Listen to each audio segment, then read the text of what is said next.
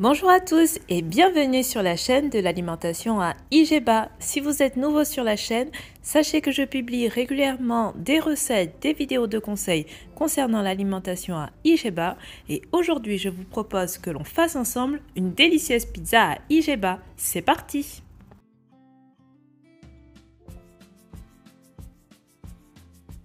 Dans un saladier, je place une cuillère à café de levure boulangère auquel j'ajoute 190 g d'eau tiède et je vais laisser agir pendant 5 à 10 minutes environ. Après avoir laissé reposer la levure et l'eau pendant 5 minutes, je vais venir maintenant ajouter 250 g de farine complète. J'ai ajouté la farine complète et je vais venir maintenant mélanger.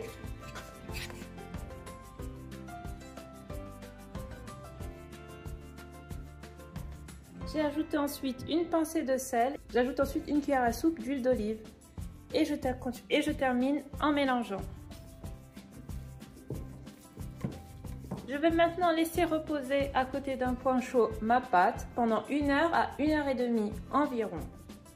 La pâte à pizza a maintenant doublé de volume, je vais la dégazer. Je rajoute à nouveau une cuillère à soupe d'huile d'olive et je remélange. Après avoir mélangé, je place ma pâte sur une feuille de papier cuisson.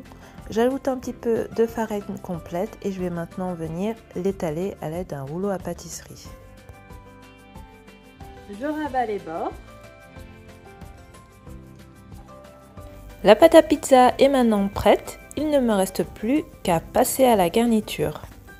Pour la sauce tomate, j'ai utilisé 200 g de coulis de tomates auquel j'ai ajouté une cuillère à café d'origan, une pincée de poivre, une pincée de sel.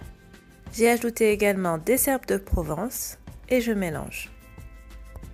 Je récupère ma pâte à pizza et je vais venir étaler ma sauce tomate sur la pâte à pizza.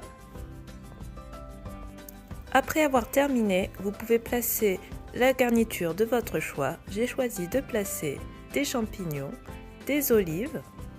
J'ajoute également du fromage râpé. Je vais venir ensuite enfourner ma pizza à 180 degrés pendant 10 à 15 minutes environ en surveillant bien la cuisson. La pizza est cuite, vous pouvez ajouter les aliments que vous souhaitez.